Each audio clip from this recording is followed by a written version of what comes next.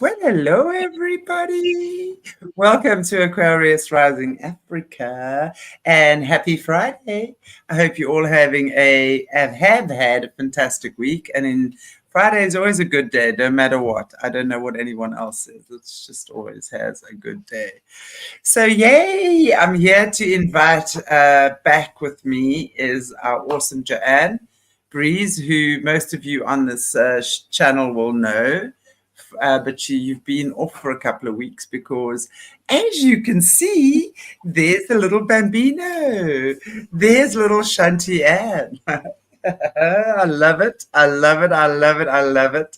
My little namesake. She, in fact, is mine and Joanne's name, so which is very, very cool. So welcome back, Joanne. And then also want to welcome Melanie, also from Australia. So enjoying being here with the ladies down under this morning.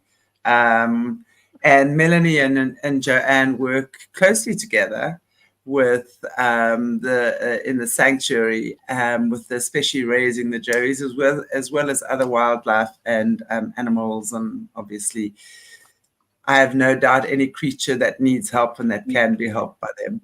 And but mostly the majority of it is the work they do with the joeys or the kangaroos, and it's just a very fascinating process. Now, you guys will remember Joanne from our previous shows as well, who's an SRA survivor and has gone through so much in her life to get to this point, and then of course working with these blessed little creatures who she helps to heal and they help to heal her. So it's just an amazing symbiotic, I think, symbiotic way of supporting each other. So welcome, Joanne. How are you, honey? Hi. Yeah, really good. I think, Melanie, I think you'll agree, we get as much more healing, I think, from these joeys than they ever give us. Oh, absolutely. And it just bloom, doesn't it? It really helps us to bloom and deal with day to day and everything that's sort of been a part of our life experiences. Most definitely. Absolutely. Welcome, Melanie. How are you? And yeah, just a little more about yourself. How did you get into what you're doing with the joeys, and you and Joanne are doing together? How did you get to that point? Many years ago, I was living in the middle of Australia, and it was a small, remote Aboriginal community, and they used to hunt the kangaroos, and then the little joeys were left, and they actually used to play with them as toys and things, so it wasn't very good. So my neighbour and I started rescuing them then, and been doing it ever since. So, Gosh, that's just tragic, isn't it? Hunt the joeys and just give the babies to the kids to play with. Yes, yeah, they used to get little broken tails and all sorts. It wasn't nice, but yeah. Wow. So how did are you and Joanne are actually working together? You two ladies are actually at the sanctuary, right? Okay. Yes, we both do it at home and together. There's joeys everywhere. Right. So tell us a little bit about your experience with some of the joeys you've had. What is the one that that sort of sticks out most prominently for you? They all sort of have their own story, but my current one, she had a terrible start. So, and she had fractures as well, fractured bones, and she wasn't fed properly, and she was overheated, and she really was touch and go for quite a while. And she wasn't growing any hair for a long time. We thought she was going to stay bald, and now she's just amazing. She's really plump and she's looking really good, and she's almost getting up to the stage of getting ready for a release now. So I'm really proud of her. She's done well. And how old would that be? How old would she be? They're coming up to probably about a year old now. Mine, yeah, a lot bigger than Joanne's at the moment. Oh wow, that's amazing. Yeah, and I've got 4 here at the moment, so that keeps me pretty busy as well. Yeah, right. Because it's quite a procedure, because the little pouches have to be made in a special way at a special temperature, and obviously given special milk, stuff like that. So wow, it's quite a and It's every pretty few busy. hours, it really is like being mom, right? Yes. Yeah. Yeah, Wow. it's fun though. Yeah, it's amazing. Well, I think it's amazing what you do. So thank you for that.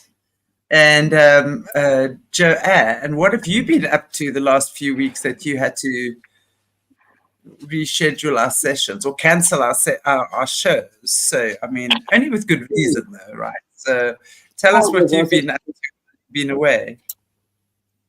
Well, I've been settling in some new joeys, and we sadly lost Pete. You remember Andy and Pete? So we then had to integrate Andy into the mob that lives here at Home Farm, and we do have footage of that. I hope we can show a bit later, and showing how the alpha stands up and takes him into the mob as one of them. It is quite breathtaking to see the majesty of them and how they are as a mob. They've got their own system, and it really jolly works. It really does. So he was integrated, and he's done really well since, and he stayed with that male. The male, as they takes him under his wing. My favourite part, though, is when Buttons, his name is, and he's a beautiful big male. He's one of the ones that was integrated was Melanie brought up. I'll let her talk about Buttons and Parker in a moment, but this was some years ago. He literally stood right up, and I do believe I sent the photo so people can see that too. And he thumped his tail twice, and Andy went straight to him, and then he stood right up, and Andy stood next to him, and he asserted this, this boy's in, and then he thumped his tail twice again, and Andy followed wherever he was going. I mean, that's an experience. You just, you're laughing because you know how majestic it is. It's wonderful, isn't it, Melanie? Yeah, it's really nice. So when you talk about, oops, I've just knocked everything flying out. I hope nothing has broken down my happy home. Anyway, so when you talk about the mob, okay, at the sanctuary as well, are we talking about the kangaroos you've actually raised together that now go into a different enclosure type thing, where they all congregate and form their own little family? So do you ever release them? Because I think, what's important to realize is that the only joeys that you ladies get are the ones, the babies really, that have been their mothers for some reason are no longer around, whether it's through hunting, whether they hurt themselves, whether they got killed by a car or whatever. And then you ladies get the babies, and it's your job to raise them from teeny tiny little pinky little funny looking little amazing little things. I mean, it's just incredible to actually watch them, right? So and then do you ever release them into the natural wild when they come of age? And what is that age that you then release them? How old are they when you release them? Well, yes, they have to be released, and their own, like the alpha and the mothers, will literally chase them away from the mob, because they cannot stay within that mob. Interbreeding doesn't happen in animals. They're not woke. Okay, they've still got God's design. Right? So they literally, it's true. They will make them leave that mob. Well, they're not. Okay? They're sensible. Yeah, no, they're not woke. No, not at all. Because like interbreeding, it just doesn't happen. Now, if they then go, there's wild mobs on the outside from the enclosures. This mob here is in, and these ones that are here are only here because they couldn't survive back in the wild. Right. They a few that just stand there and they just shake. They just shake. That's all they do is they shake, and they would never survive, you know. And these are the mob. Like our last alpha had wire go into his brain, and he became the alpha, which was, you know, well done, good on you, Ralph. But he couldn't have survived out in the wild at all, you know, because it took it took about a year to rehabilitate him, to have him walking, you know, yeah. When we got him. So, no. And if anything is born here, it's born free. We don't touch it. We don't. Oh, we might say, "Oh, aren't you beautiful? Look, they're sticking out." I mean, we're a bit like that, aren't we, Melanie? We got photos of photo. Yeah. Quick out. Yeah. So what you're saying, you then the joeys that you raise from being little pinkies, you then release at a certain age into a different enclosure, the mob together, right? No, because what we do is we do not take any into this mob here unless it will not survive and have quality of life in its natural habitat. So These ones, they get released in their habitat, and it's protected and they're free. That's why we do it. We put them back to where they belong. So if they can't be released back into the natural wild, you then put them in with the mob. Is that what you're saying? Yes, it can be done, yes. But the government slipped a bill through in February, I do believe, that they're now saying if they cannot survive in the wild, they must be euthanized. So they give out grants here to help you, grants there, and then they tie your hands behind your back so that we cannot look after these and give these ones, you know, that need somewhere to live and be a little bit looked after. They just want to kill the lot of them. Why is that? I mean, if you know, because for me, when you look at the kangaroo, it's almost like off-worldly. You know, there are certain sort of creatures to me that really are off-worldly. So why do you think? Now I know Joanne as well, and I don't know if you ladies maybe want to speak about this.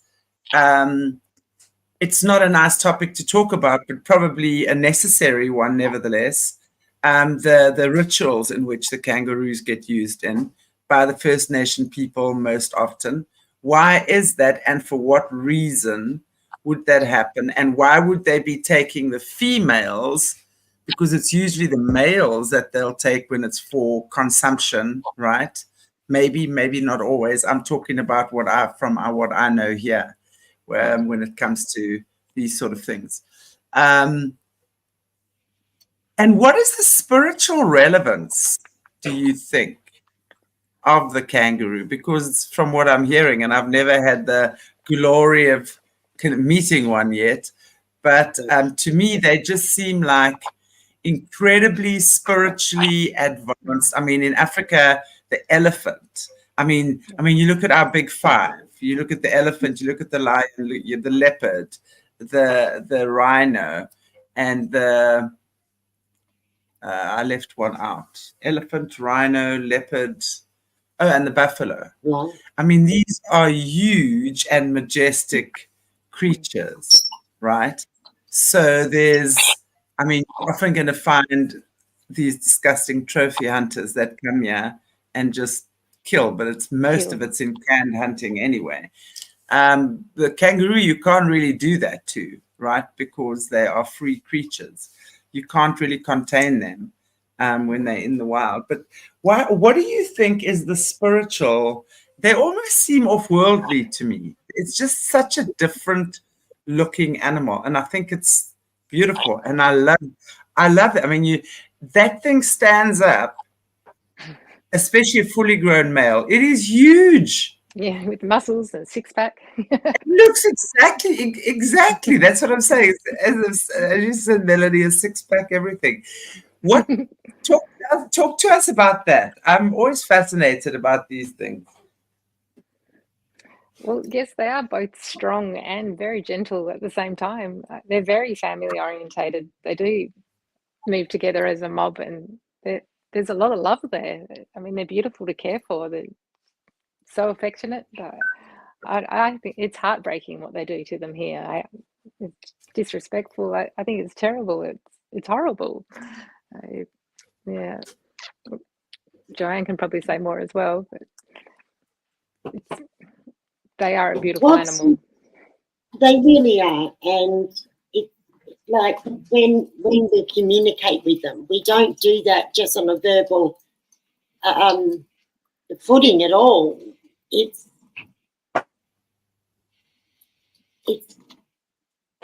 more than that. You know, my daughter just gave birth to our grandson on the 23rd of June, Yay. and Congrats! wow,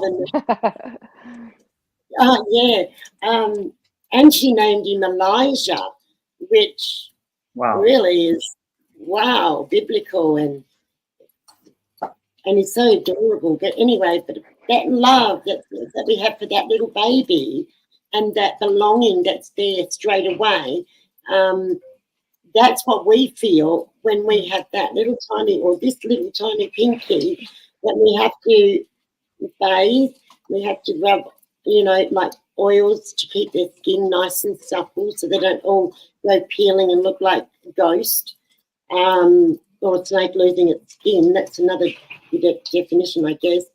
But the connection's the same is what I'm trying to say. And that love is there. And as we watch them grow, that love shapes and will take shape differently as they achieve their milestones. And we experience all of that with them, and that is spiritual. And when it comes to, like with Indigenous too, the First Nation, the kangaroo and the goanna are so important to everything they believe and practice here in Australia. Fascinating stuff. I don't know, did you see too much when you were in the middle of Australia? Yeah, I saw a very different side. Yeah, I saw a very different side where it wasn't so much practice for ritual and things, and there was a lot of wastage, and it's very difficult to tell between a male and a female as well. So that's where a lot of the joeys come in, because they can't tell when they're sort of far away or whatnot. It's the same with the shooting of them. That's why so many females. Is that why there are so many babies? Because they can't really tell if it's male or female. Right. Okay. And so they're not supposed to shoot the females, and the females are supposed to be sort of somewhat protected. But we know what happens. We you know, for the ones that do get handed in, the rest they're not handled very nicely at all. It's not a nice industry here. But, No. No, it's too hard to explain that industry without. It's cruel. Too hard. It's cruel. That's it. It's spiteful. You've got to have no emotion. It just seems to me like they're being mowed down without any second thought. You know, I mean, and I say this not just from our conversations, but I say this because I've spoken to a lot of people who've spent time there, either living there or went on holiday or whatever the case might be. You know, there's a lot of talk about how the kangaroo in Australia really doesn't have much value. Its life does not have much value at all. No, and the farmers, they're the same. They hate them. The farmers. But why? What do they do? Do they destroy the crops? What do they do? The fences as well. So, right.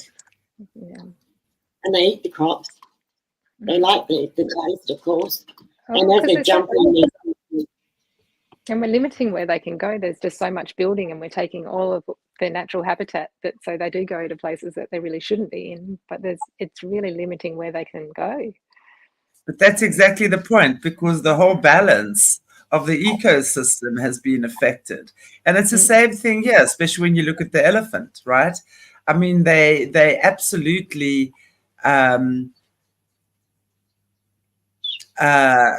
what's the word I'm looking for?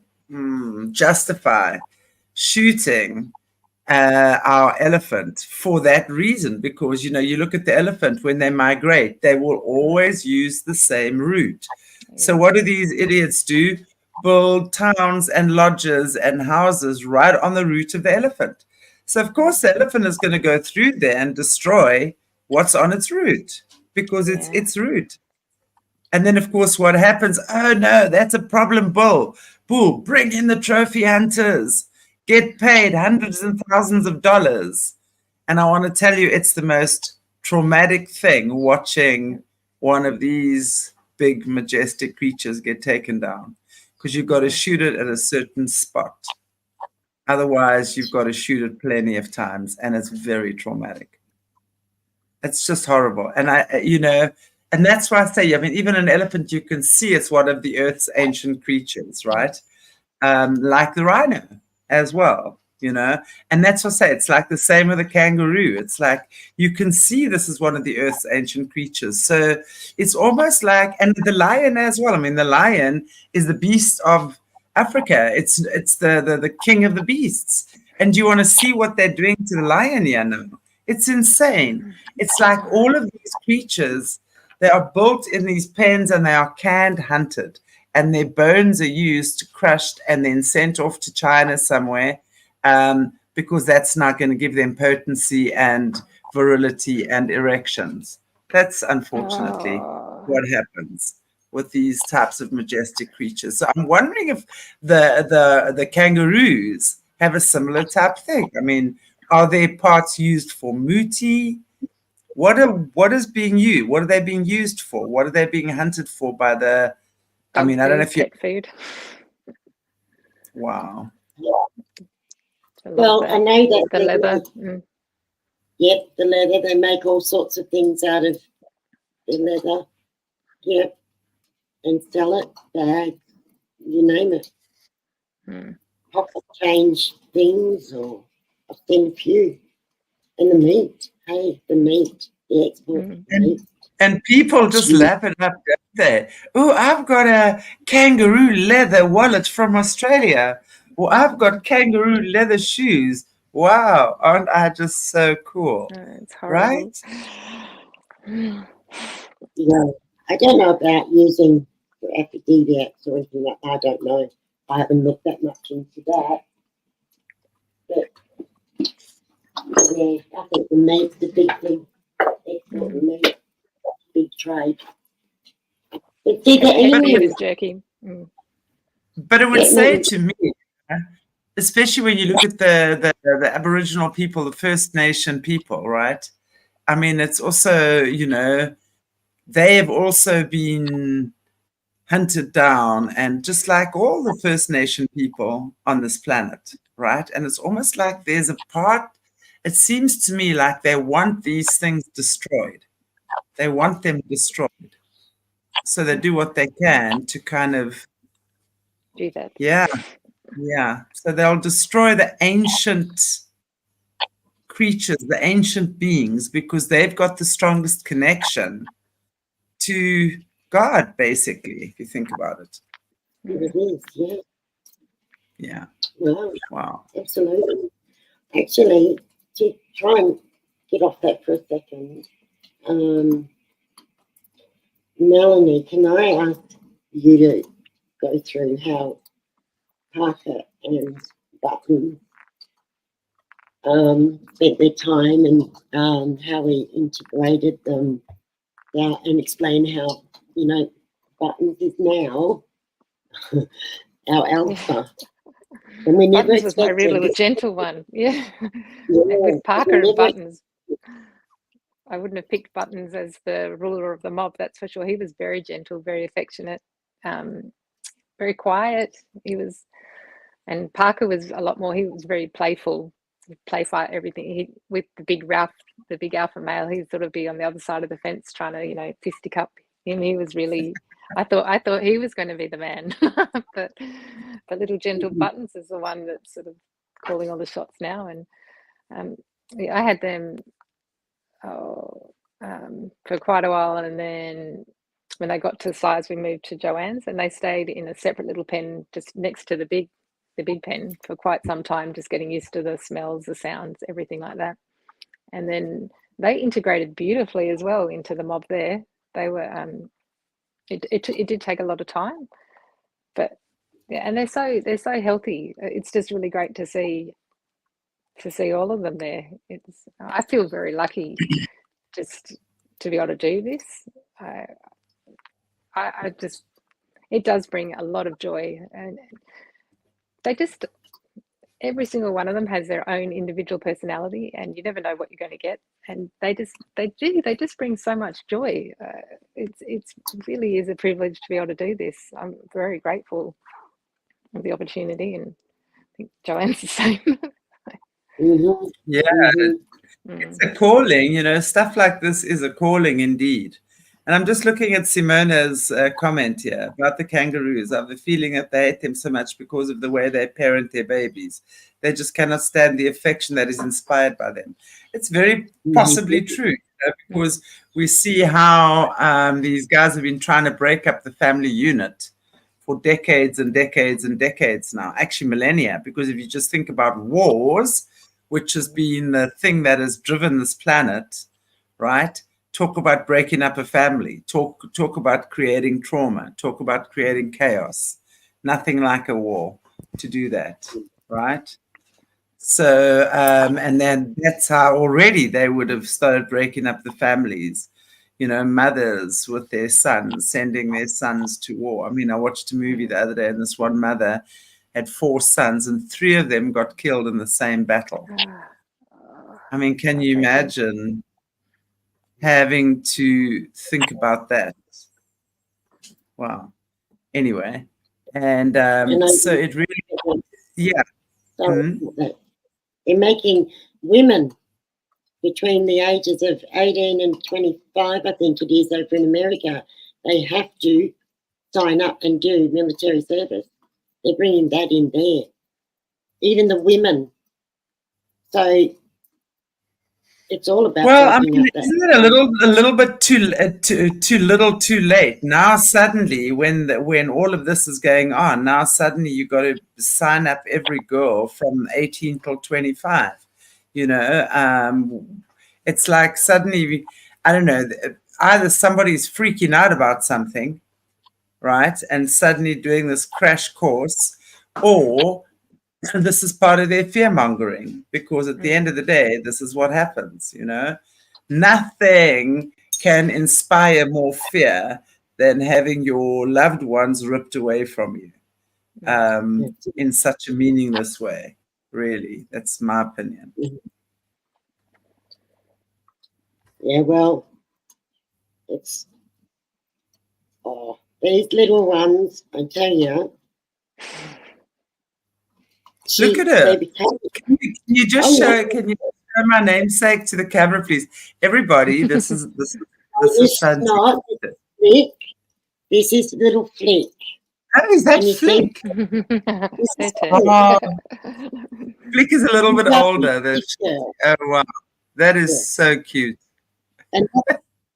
And they do say they taste the milk, but Melanie, we've agreed that maybe they don't. It just, they inhale it. Inhale it. They do love it. Exactly. Just too much. It's too delicious. I mean, I'm just loving those little ears. There's like big little ears. There's a contradiction there. Yeah. They're quite funny looking. They're funny looking when you first get them. It's like, what is this, a raw chicken? Yeah. Now we're going to try and get it out of them. Come on. I'm going to let it go, baby. It says I will.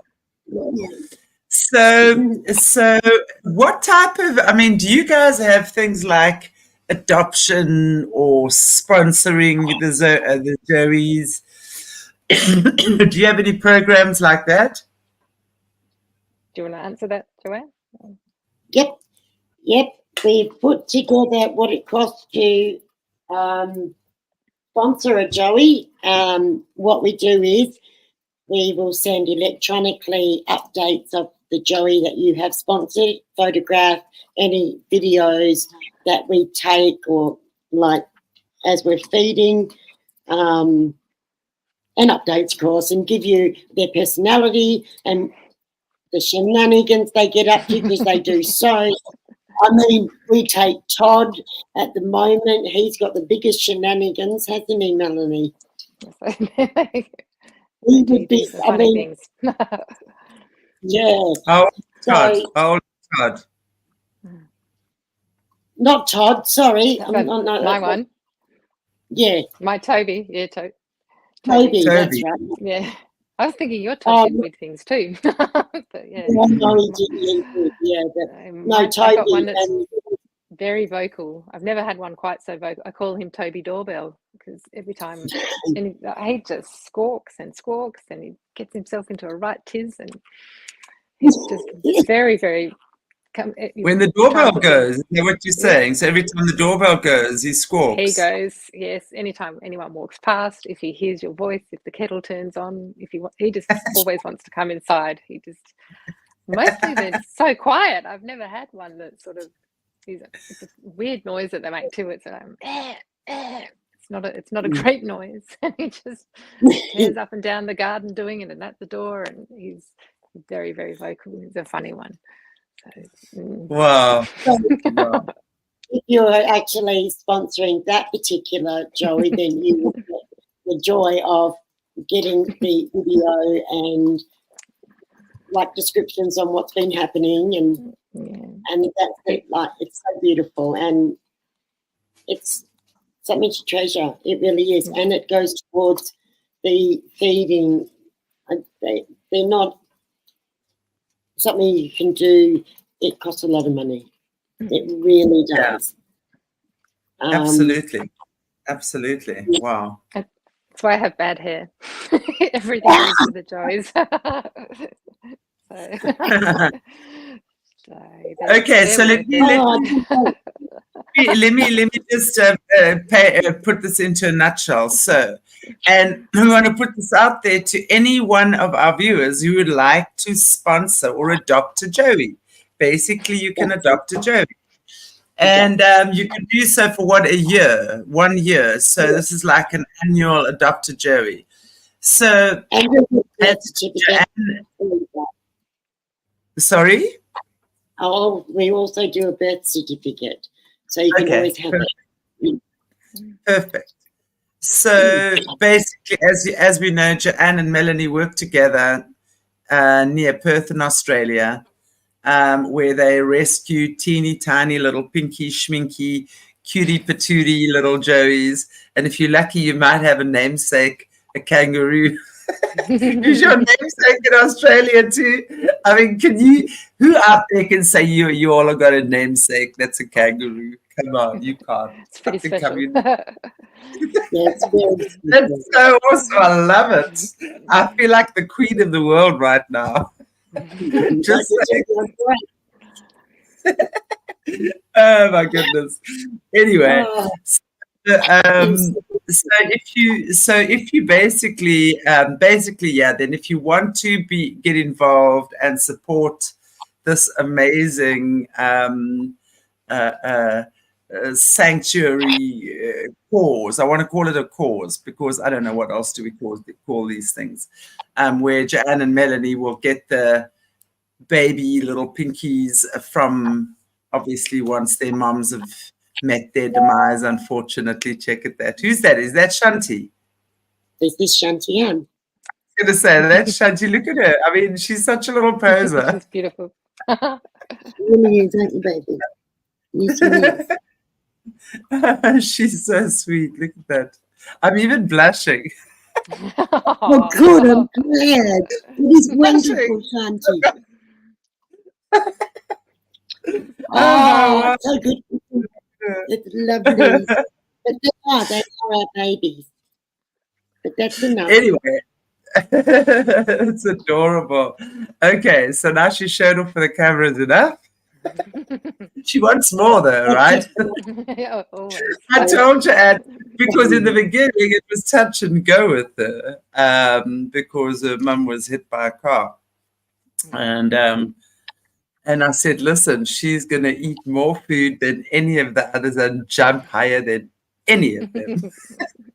So she's been being like a little spring, boing, boing, boing, all over Australia.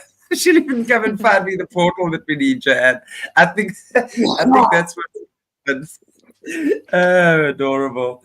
Anyway, so anyone who would like to get involved in this amazing project and would like to sponsor or adopt a Joey, to please get in touch with Joanne, because what you then do is, for a fee, obviously, you adopt for that year the little Roo baby, and you get monthly, weekly, whatever updates on its progress. You get to see, and you just get to be the guardian of that little creature, which I think is amazing. So, Joanne, and Melanie, how do people get in touch with you? Do you want to answer? No. Yep, you want to do that because you need to do more of that than me. You know that, don't you? You know we me. can give email addresses. No. Yeah, Phone you numbers. do know me. Okay, just give me an email address that people can connect with you on, and I'll just put it in the chat here. And we can also just put it in the link. Yeah. Yeah, that works. Your email? You got to say what it is.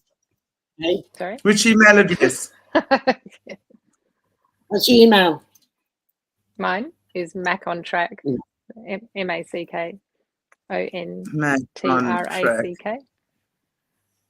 at Outlook, right? Yes, .com. Okay, so you guys can then contact Melanie. Melanie. Oops. And I just think it's so amazing. So let's say people, if they can't, can you adopt for 6 months? Can you adopt for a month, or does it need to be a year? No, fit into whatever people can and want to do, I think. We don't They want come in to all restrict sizes. anybody. Yeah. They do so, yeah.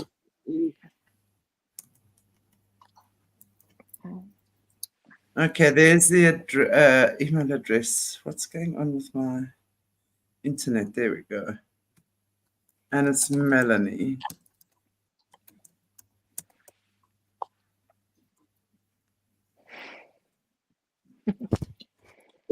I just think she is adorable, my little Chanti-Ann. And it's obviously the combination of Joanne's name as well. So there we go. You see. I didn't pick that up to you did the other day. We were talking and I said to you, I'm not sure why I named it like the Chanti-Ann, but I needed to have both. And that's when you said, well, Joanne. And it's like, yeah, that works. It made perfect sense to me the minute that I heard.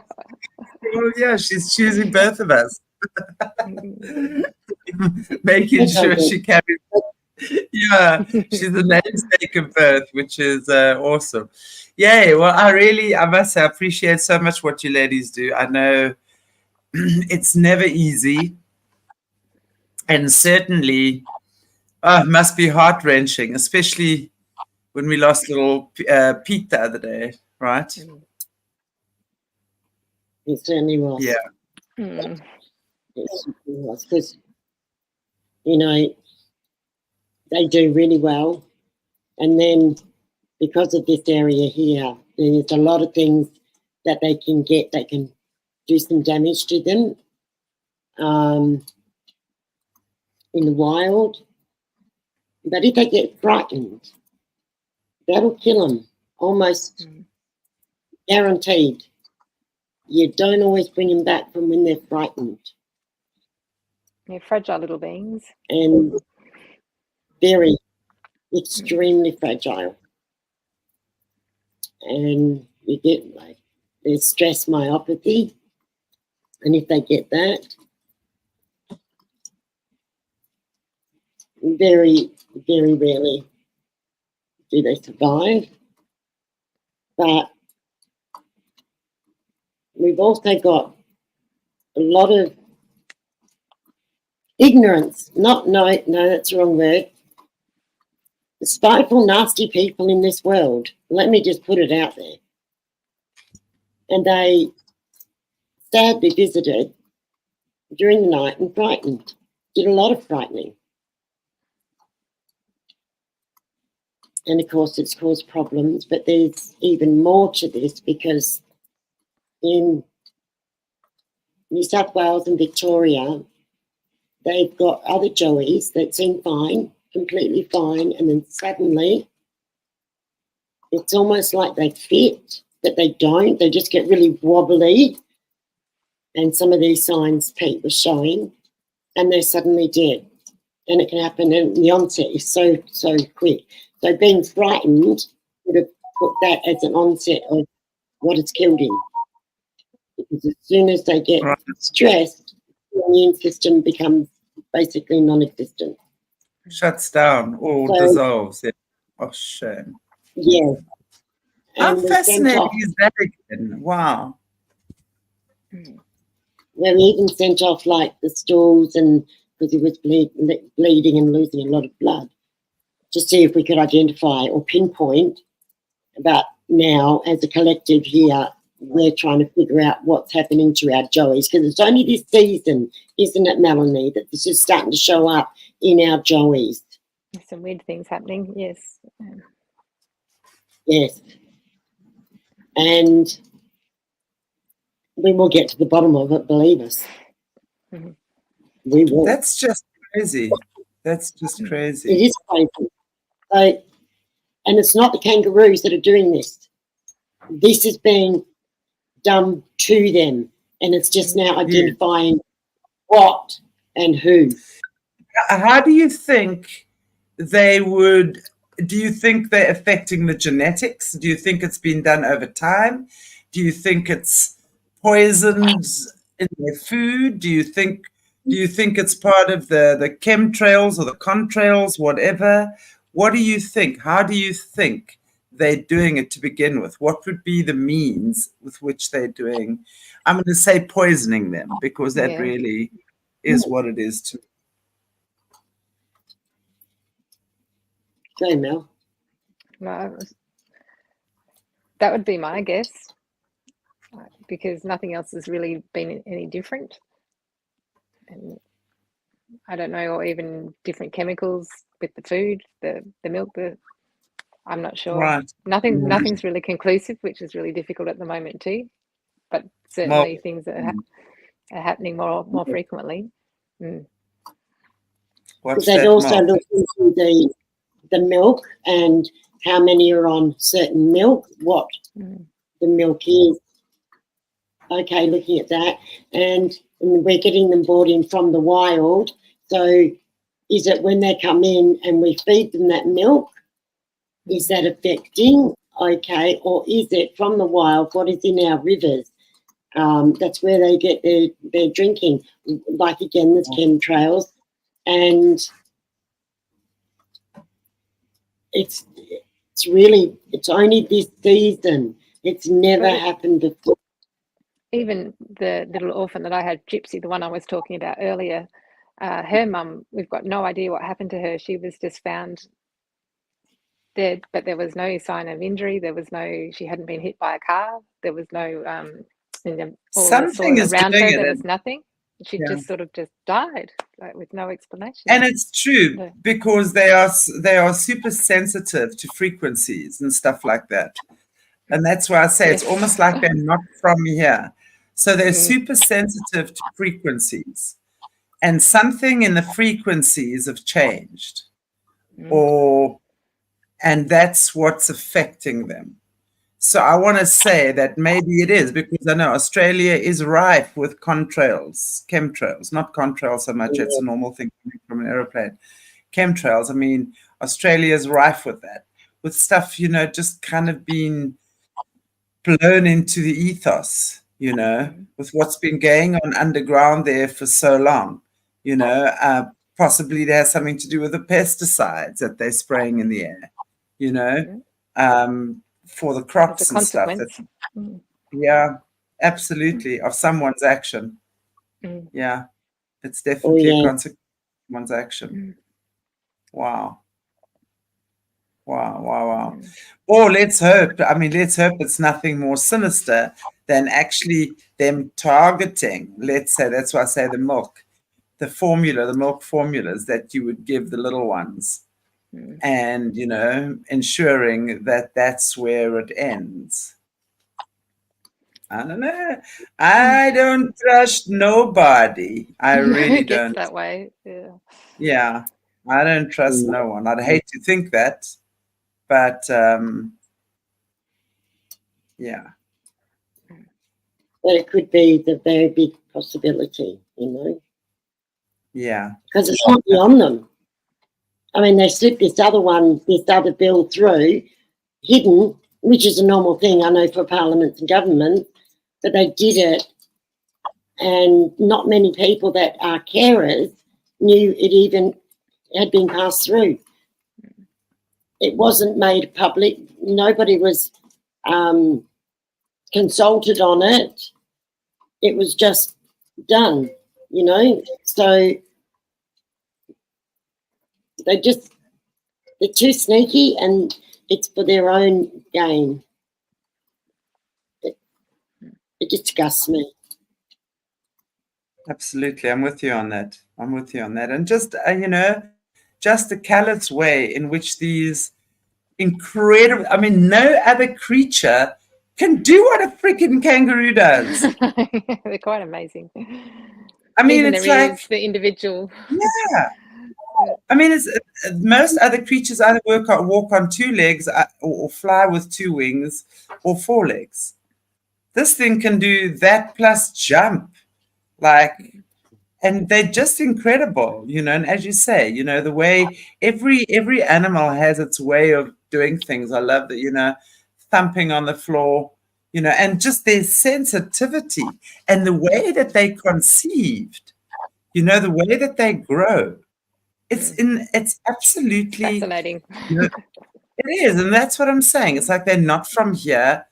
They kind of interworldly, in my opinion, and just the lack of love and protection that comes from people that just callously kill them and hunt them and cull them and just treat them as if they are vermin.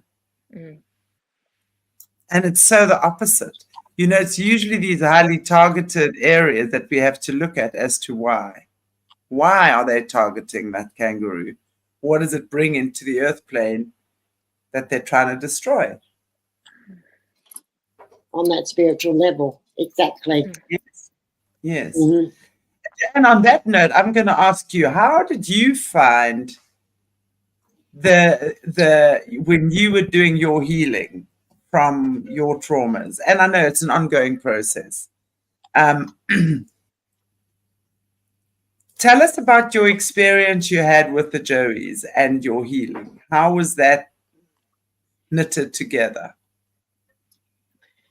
Okay, I can remember, I think my daughter was about, maybe 15. She rang me. She was working, her first job, and she said to me, "Mum, I'm bringing home a Joey." And I said, "You what?" Because I've got a little Joey for you. And I said to her, "Gosh, I hadn't done them for years, because the last time I'd done it, she was in a pram. She would have been maybe 6 months old, and I had Joey's and her and a little 4-year-old. And we used to go off to Myers with Joey's in the pram as well." And I said to her, "Okay, well, bring her home." And over weeks and got her trust, her name was Katie Willow, I saw and connected because she was a baby. I did not see just a kangaroo. This was my profound healing. I think that it really sunk into me that day. And I remember stroking her on her arms and just like stroking and holding onto a little hand and let her little hand sort of open and close over the tip of my finger, and then rubbing her face and her looking up. And wow, so if I love you, wow, you're real, then I can love me. And then that replaces the bad stuff that really did happen. So I've then rewired my being a baby, and I've loved me whole. So she was the representation of you when you were a baby, and you were able to heal yourself through healing her, loving her, caring for her, nurturing her. And every time you loved, you cared, you nurtured, you gave love to her, you were actually, in fact, giving it to yourself. Yeah? Correct. Yes. But her and I did love each other very much because she'd lost her mum. So I became her mum. So again, that equal exchange of love and healing is something that's so precious, and it's alive in you. Even when I speak about it now, I feel that live, that energy, you know. But just the love of that connection is the healer. Love is the healer, right? So, yes. You know, and I think so many people in your situation, you know, we've often spoken about how does one start trusting humans again after SRA? And even spiritually, even God, Jesus, right? Because think about this. How many kids have met their demise in the worst possible, and not just children, but let's talk children now, and animals, right? Because they are certainly not shy to use animals in that system. So how many kids have kind of met their demise, you know, like in that way as well? So, and called out and prayed and what have you, and there was no recourse. So you learn to trust the essence of your faith, of spirituality. You trust nothing or no one, right? So suddenly, this little, you know, God throws you a curveball and says, okay, well, I can't reach you like this. I can't reach you like this. I can't reach you like that. I can't reach you like that. She shut down to everything. Ooh, look what I found. So somehow God orchestrates to bring in this little Joey home. And suddenly, just the way this little thing touches you, holds you, looks you in the eye, suddenly your heart starts opening. And so for me, a real purpose. Yeah, sorry. Right. Yeah, it helps you get over yourself in a way, because it is so absorbing and so everything that you have to get up each morning or each feed time because a little life depends on you. You just have to cope bit by bit.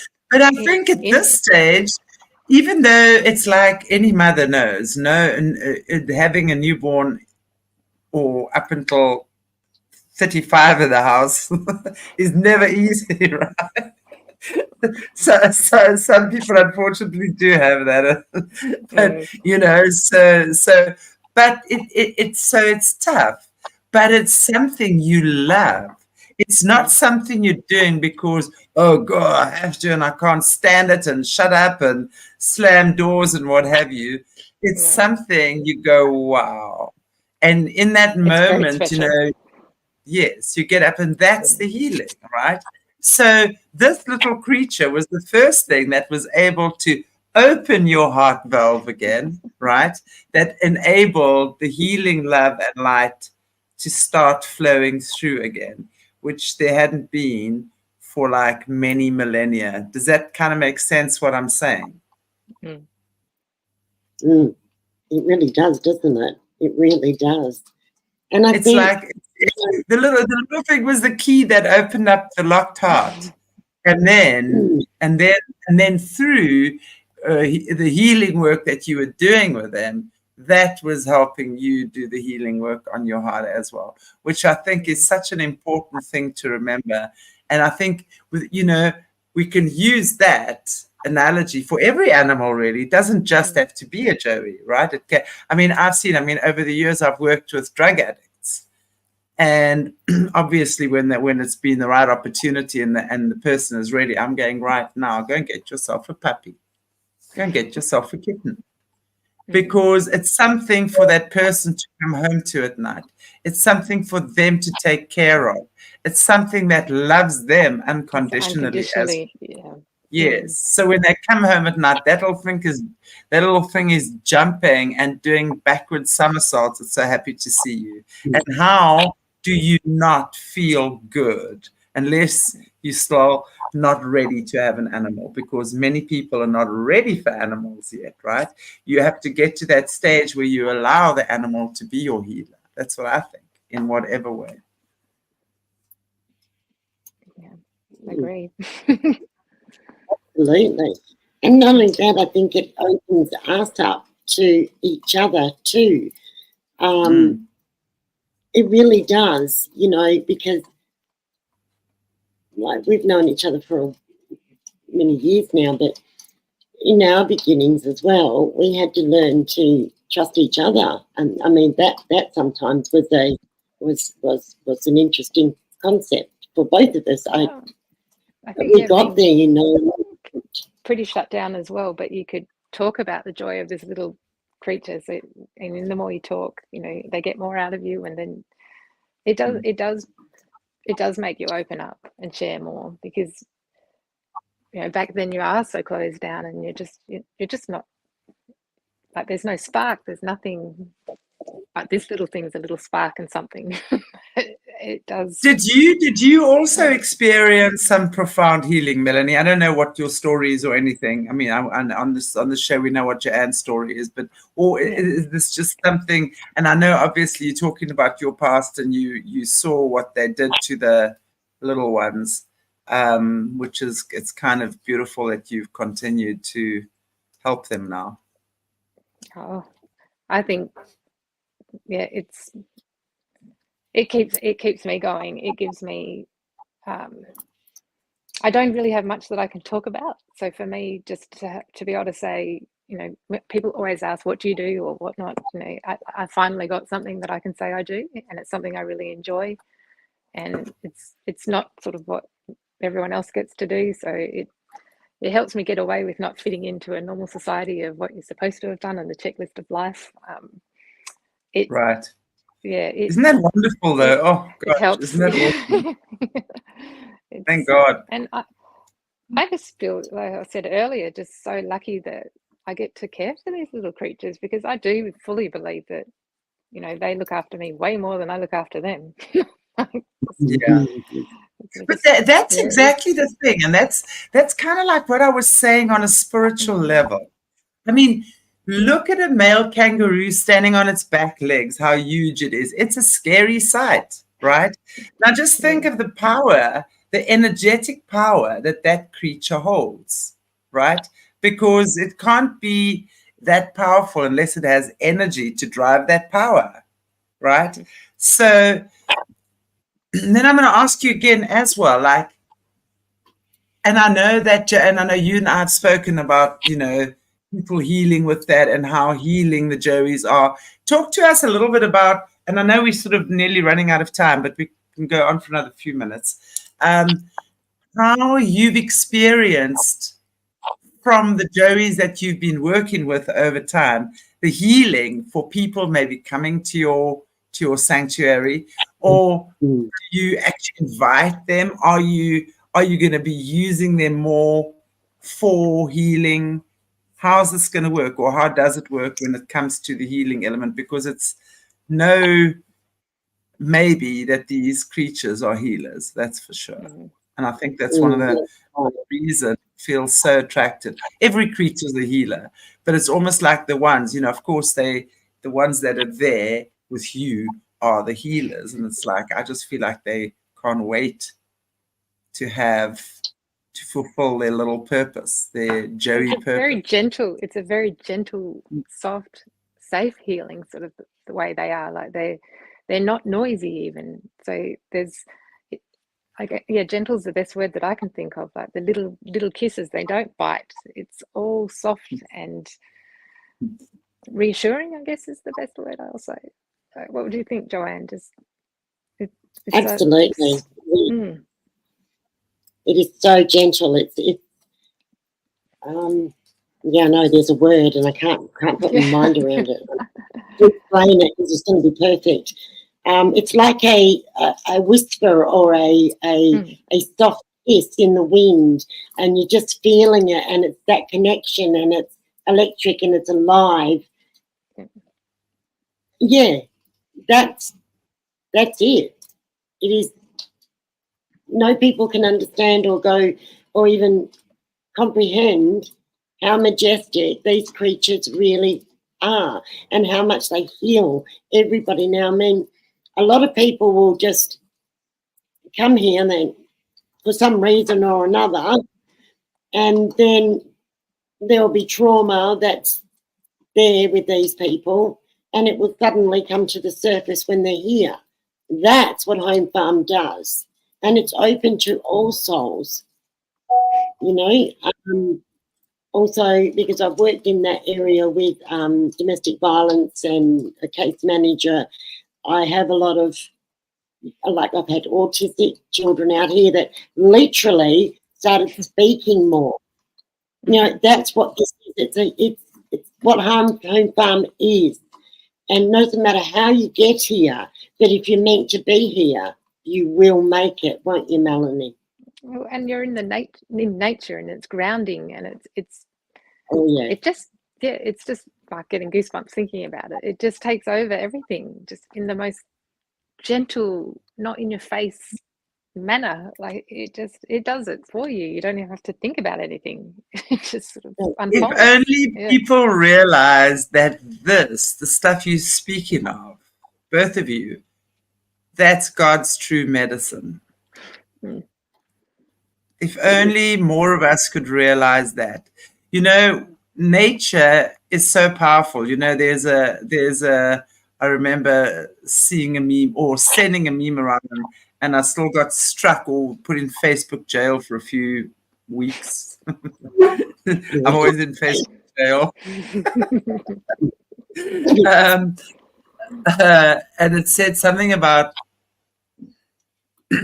it was a quote from a guy, an old guy with gray hair, and I don't remember his name. And his picture's still on the meme, and it says, "Man is a insane species. We worship an invisible God without realizing that nature is the invisible God." Hang on, without realizing that nature is God made visible. Yeah.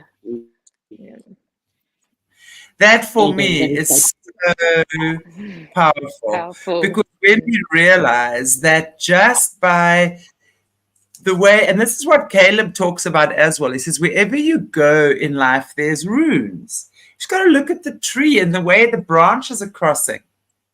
And that in itself harnesses a specific energy, right?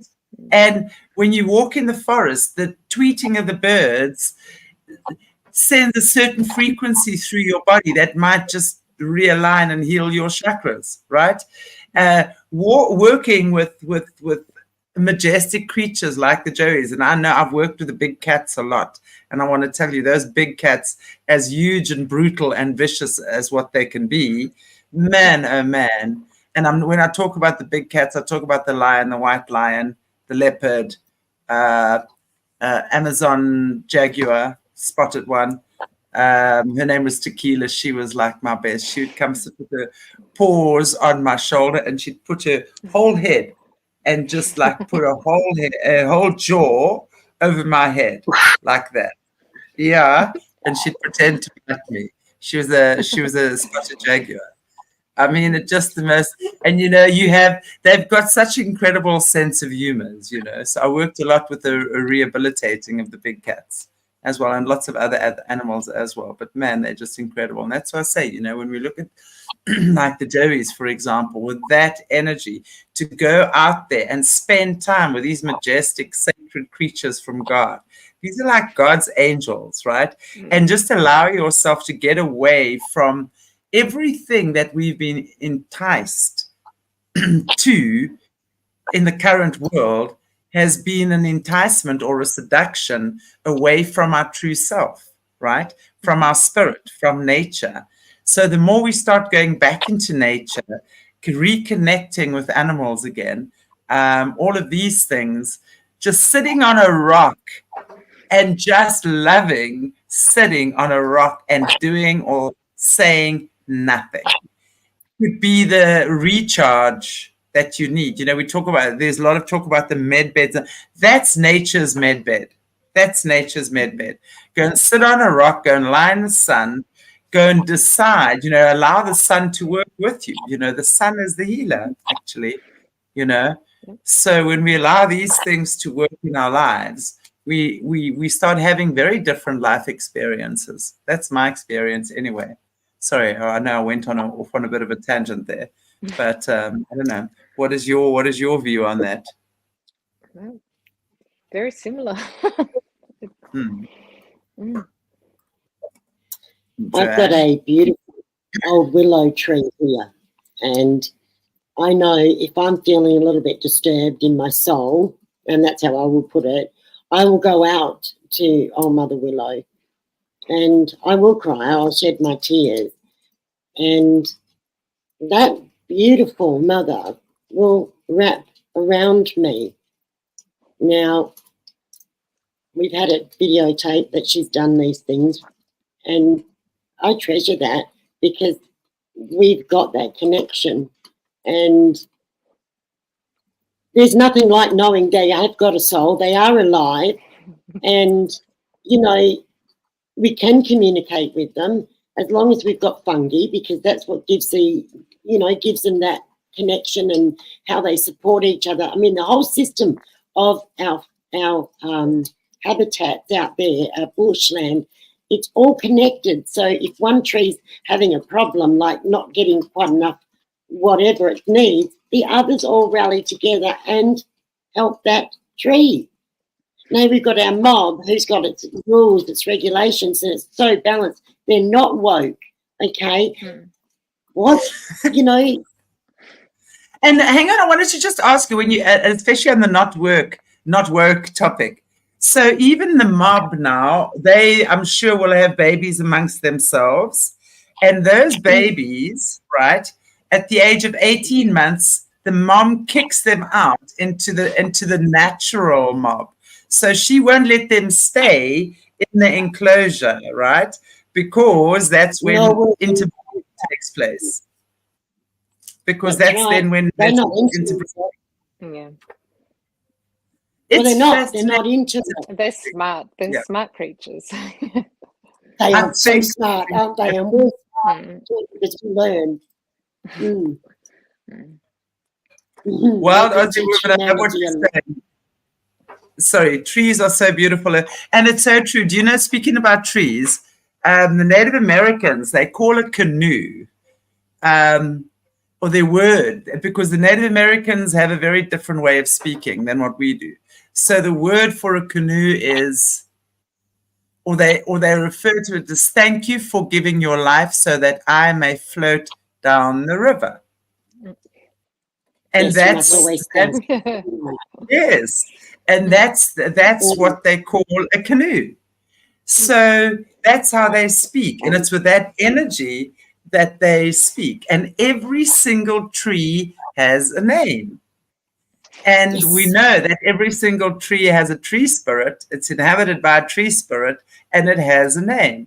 So when you start connecting with nature, and it's got nothing to do with witchcraft, okay? Oh, gosh, no. It's or purity, nothing to do with any of that. Exactly. nature is God in action on a physical level. Let us never forget that. So when we start wanting to heal our bodies and our minds and our spirit, our souls, our spirit doesn't need healing, but the soul does. We then start understanding, how does nature work? You know, one of the things I tell my students a lot, when the roots grow deep, there's no need to fear the wind. So think about yourself as a tree, because really, that's you just a more complex version of a tree. You start with the seed, you grow in a good environment. If you're nurtured, nourished, supported well, you're going to be happy and flourish and have fantastic fruits, in a nutshell, right? So your human experience, we can relate to that. So when your roots, the essence of who you are deep and strong and wide, no matter how many storms are going to come, they can blow the branches off and the peaches and the what have you, but you're going to grow right back again, because they cannot destroy your roots as long as you're in a good and solid, stable environment. And it's up to you to figure out what that is for yourself, right? So that's how we look at nature. And at the end of the day, it's up to us to make sure that all of us are connected and rooted in a way that we should be. Yeah, just like the trees. Exactly. And when somebody is not doing quite so well and the branch is a bit droopy, that's when everybody rallies around to lift that one back up. Or you snip it off. You just snip it off. Oh, you and I got to have a think about no more snipping things off. No, Chantelle. You think I'm giggling like this? Oh, goodness. I love it. Oh, ladies, it's been such a fantastic conversation. So I just want to say thank you, Melanie, for joining us, and I hope to see you back in the future again. And I'd love to, obviously, also down the line, hear more also about the healing experiences with the Joeys that you've experienced, either with yourselves or people that have come there, because I think it's so, you know, that's really where we have to go back to. This is how we save ourselves, right? This is how we save ourselves, is going back to the ancient ways and the stuff that works and worked. So that's how we're going to get through the next couple of years. We have to dismantle ourselves from this huge, big corporate machine that so many of us have been caught up in, and slowly but surely we can get ourselves out of it, and we join forces, and so the balance returns in our favor. You know, got to look at it that way. So, Melanie, do you have anything else just to say in ending, just in closure after today's show? I really enjoyed. This is my first experience, so I didn't really know where to look or how to talk or anything. So I've really enjoyed it. So thank you very much. Thank you very much for letting me be a part of it. Yeah. Yeah, you want to come back, please? Oh yes, I'd love to. Thank you. Yeah, absolutely. We'd love to have you back again. Thank you. Yeah. Joanne, thank you so much. Thank you so much. It's really been amazing having you back again. I missed you. Did you? I missed you. I did so. But you've been looking into that portal. Oh yeah, we're gonna get it soon. That's our little princess is there. She heard us. Little princess, you got to just make sure you feed her enough so she can go big and strong and jump higher than anyone else, so she can open up that portal so I can come flying through there with her. Sounds good. Sounds really good. I've got a very fertile imagination. Can you imagine my poor mother? I mean, I try and keep it under wraps. Can you imagine my poor mother when I was a child? Oh, she would have loved it. It would have been.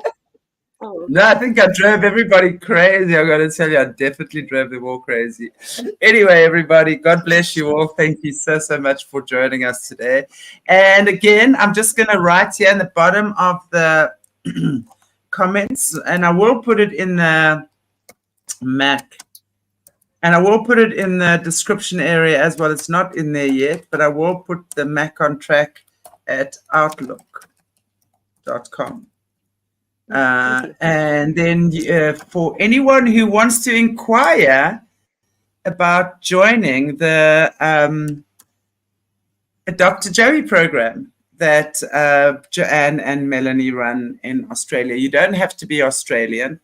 You can be it from anywhere else in the world, where you would then have, you contribute on an annual basis, a fee, whatever that might be. You guys can chat to the ladies. And then you get to be the guardian of that little Joey for a year and get monthly updates on its activities and its cheekiness. And it's just awesome, Michael, and I'm so grateful. And thank you so much, Joanne, for bringing Chanti to meet the usual suspects. Of course, she had to come and pop her little face up there. Soon she's going to be eating more than anyone and jumping higher than all of them. That's it. Yeah, she will. Okay. Thank you. Okay. Thank you, everybody. God bless. Take good care. I will see you at 3:30 my time, which is 2 hours from now, with Catherine Edwards. We're talking about self-mastery. What is self-mastery? Do you have to be levitating and, living the life of a saint to be a master? Absolutely not. So come and join us for that. And then at 6 o'clock tonight, my time, Leo's the Gami. I have the Italian again. I know he's a favorite with a lot of our viewers as well. So I have Catherine and Leo later on today. And tomorrow, Patreon gathering with Caleb. I haven't put it out there yet, but it's on for tomorrow night, Saturday. I will let you know the time. It's probably going to be a little bit later because I've got Jerry Marzinski on tomorrow night as well. So it's going to be after that. So you see, busy girls. Take good care, everybody. God bless.